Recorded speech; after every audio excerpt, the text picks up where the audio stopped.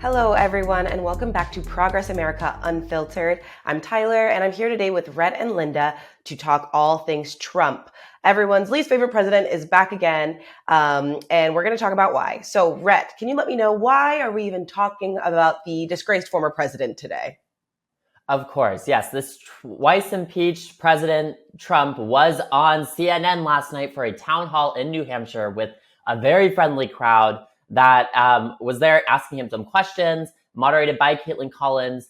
And we just heard Donald Trump telling some of the same lies about election fraud, refusing to call Vladimir Putin a war criminal, him talking about the southern border, all of these things that we know Donald Trump to be so terrible about. He was just putting it all on full display for us.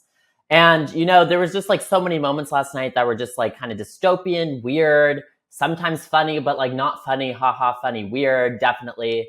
That we saw Donald Trump going through these same motions of him lying, of people eating up the lies.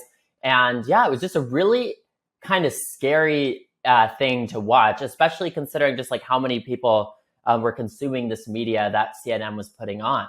And definitely just the lies, like being given such a platform by CNN, by such a major like news publication is frightening, considering like these are people that we're supposed to turn to for facts, and they're platforming somebody that tells so many lies. I mean, this is literally a man that led like sedition of the Capitol, right? Like this is frightening. I don't know. What do you all think about him being platformed in this way? So I saw no reason for CNN to give him that kind of legitimacy. You know, if Republican primary voters want to see their candidates and on a network and compare them, we have Fox News for that. You know, there just doesn't need to be another network that just has Trump lying on it. And the fact that CNN thought that they would be able to fact check him to keep up with the speed of his lies. I mean, at this point, that's delusional. We know who Donald Trump is, and we know that he doesn't belong on a major news network that's trying to act like, you know, oh, it's objective, it cares about the truth. Well, then don't let Donald Trump on. Yeah, I also think that this whole thing is a big reminder that we live in a capitalist state. The media is part of capitalism. And at the end of the day, they're going to do whatever gets them views, which translates to money, right? And so, yeah, like you're saying, Linda, you know, they talked about being able to fact check him. It doesn't seem that they did a great job. And I do think, you know, there's always this debate in media, you know, if we don't give people the chance to speak, are we censoring them? There's always that debate.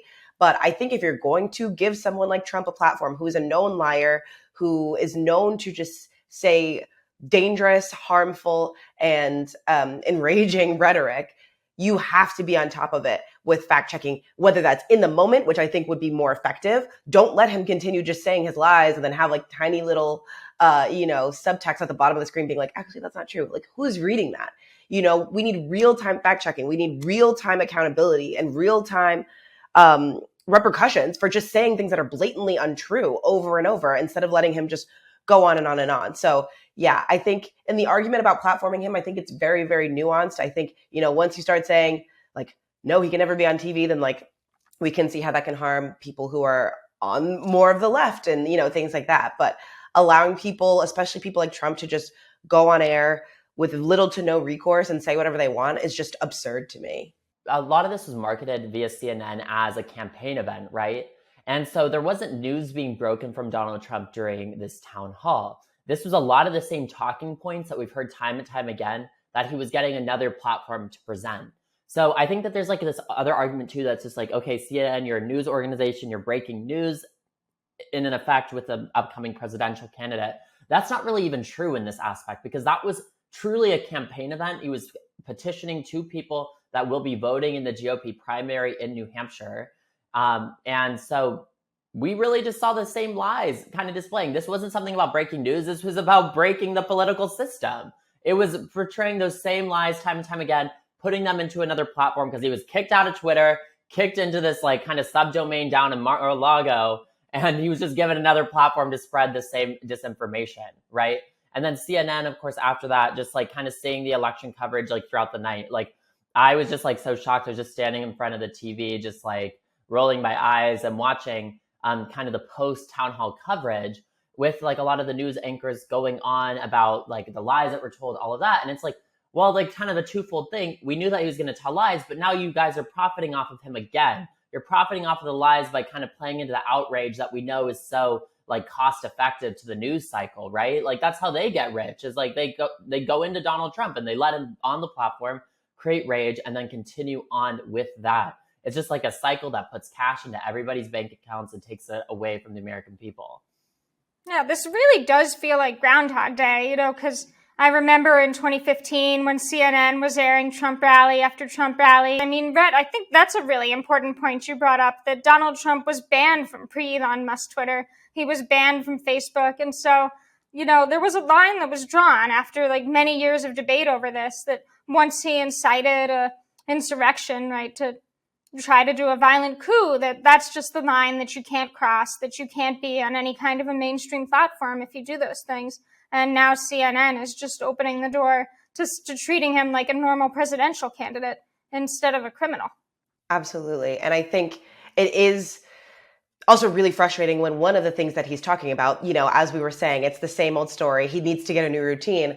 And one of the things that he keeps talking about is the 2020 election and, you know, all of his big lie election conspiracy frauds, like once again bringing it up, alluding to the fact that, you know, he's going to be keeping a close watch on 2024. So just to segue into it, he said a lot of crazy stuff during this hour or so, and I think we should get into some of it.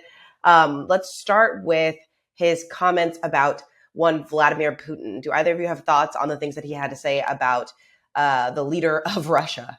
Yeah, so basically this came up in conversation with Ukraine and Russia and the ongoing conflict over there, and how Caitlin Collins, the moderator of the town hall last night, was asking Trump to say, you know, can you say right now that you want Russia to lose? You want Ukraine to win? And Donald Trump would not commit to that, right? It's like, this man does not learn, and he is very deliberate with his language associated with Russia. It's like, why can you not say anything negative about Russia at all? And then he was kind of going on, and like as he was pressed on this, he kind of tried to find a way out and saying, you know, like I can't negotiate with Putin if I'm here and I call him names like a war criminal right now.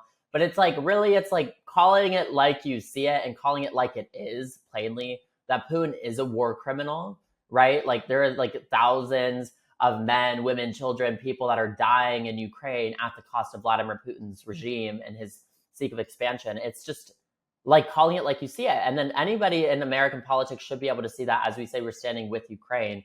And it's just like ongoing that Trump is like cozying up to Russia, cozying up to dictators. He has no problem with calling Speaker Emerita Nancy Pelosi, quote unquote, crazy Nancy Pelosi, but he can't call Putin a name. Like, what is that? That he's okay with the division here, but he is not okay with the division when we are looking at people that are actually in conflict with American ideals abroad. Yeah, I mean, Trump just loves authoritarians. I mean, we saw it with North Korea, and we see it over and over again with Putin, that Trump just seems to have affection for the man. But it's not just him. It's a really large chunk of both Republican politicians, Republican voters even, Tucker Carlson every night. It's like the Republican Party, they have a fascination with Putin and really like what just seems to be a hatred of Ukraine. And I think that's the kind of thing, like, I'm not normally here for, you know, the deification of John McCain. I think he did, you know, had a lot of bad policies, but I do think if he was alive today, you know, he really would be pretty disgusted by how most Republicans are turning on Ukraine. Yeah, absolutely. And I honestly think, you know, the saying goes, you don't bite the hand that feeds you. And it's clear that a lot of these right-wing politicians are getting something, whether it's actual gifts, you know, allegedly, or money or resources, or whether it's just inspiration from these Russian authoritarians and other authoritarians across the globe. So, you know, they're just trying not to bite the hand that feeds them. And we need to pay attention to the fact that they don't want to do that. But speaking of other crazy things that Trump talked about, one that's a little more pressing that we have talked about a lot on the show is the debt ceiling. So Trump kind of went back on some statements that he had said during the debt ceiling. Rhett, Linda, do either of you want to talk about that and what this means as we head into debt ceiling negotiations very, very soon? Sure. So what's going on with the debt ceiling is that Kevin McCarthy and his fellow House Republicans are demanding massive cuts to the government programs that seniors, veterans, working families rely on. is the price of raising the debt ceiling, of just paying America's bills, which is normally just a standard procedure and was a standard bipartisan vote 3 times under Donald Trump's presidency. And when Donald Trump was president, he said that the debt ceiling should be raised with no conditions. And the CNN moderator, so she asked him, what do you think about the debt ceiling now? He said, and I quote, that Republicans should demand massive cuts in return for raising the debt ceiling. And she actually did confront him by saying, well, that's not what you said when you were president. And he said, well, that's right, but I was president then. And the audience laughed, right? Like that rank hypocrisy. They love that because this seemed to be such a partisan Republican audience that they're basically in on the same con that the Republican politicians have, which is that when a Republican is in the White House, of course, raising the debt ceiling is routine. And when a Democrat is in the White House, we're either going to force these massive cuts to programs or we're going to crash the global economy because all that we care about is sabotage. And it just goes to show like how much of their party, like both Republican politicians and hardcore Republican voters, like what they care about is owning the libs. Like even briefly going back to Ukraine, I do think that part of the reason why they're so pro-Russia is that they see Biden and Democrats are supporting Ukraine. So, I guess that means that we have to be against it to own the libs. Yeah, like Linda, it was really making my stomach hurt watching this town hall for a variety of reasons, mind you. That's like an ongoing trend here is that like my stomach's been hurting a lot watching this content from the town hall to like the Trump pudding, DeSantis attack ad. Like, it's like, just like so much stuff going on right now that's just like absolutely icky. But last night, seeing the crowd respond to this and laugh at this, while Donald Trump was talking about essentially something that's going to hurt them extremely. Like you saw the crowd, a lot of older people, and of course a lot of college students too, that are going to rely on these programs' longevity as they get older in their lives if they're even thinking that far ahead. Do these people not understand what the gravity of that is? Like what the consequences of this will be for the global economy? Like you're laughing about it right now and you're thinking that, oh, good, Donald Trump has the best interest of me. No, you don't. No, he doesn't. He talked about owning the Plaza Hotel last night. Like this man does not know what it's like to rely on these government programs, or his family does not know what it's like to rely on these programs to actually exist in this country. And so people laugh like they're in on the joke, but the joke is truly on them because him and his friends will always get rich quick, and there will never be the onus onto them to make sure that people will live a long and healthy life. Yeah, I think Republican voters, they tend to always think that the cuts are going to hit somebody else. I think in the case of the debt ceiling, a lot of the mainstream media like CNN has kind of enabled that by not really focusing that much on the details of the cuts that are in the Republican plan or on what the consequences would be if we went into default, because they're more interested in just the horse race, the process, the political games of like, okay, now they're meeting, this or that, what's going to happen, but not the policy details. And as you said, there were seniors in that crowd. I'm willing to bet that they're veterans. And if this bill goes into law, or if the Republican cuts go into law, then that means a lot of veterans are not going to be able to get the medical appointments that they need.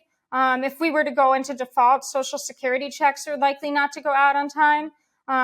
Medicare won't be paying doctors, so they're probably not going to be willing to see patients who are on Medicare. So absolutely, either one of the options that Republicans are offering this country, massive cuts to government program or default, would be devastating for that audience. And the media has a responsibility to let them know that. Yeah.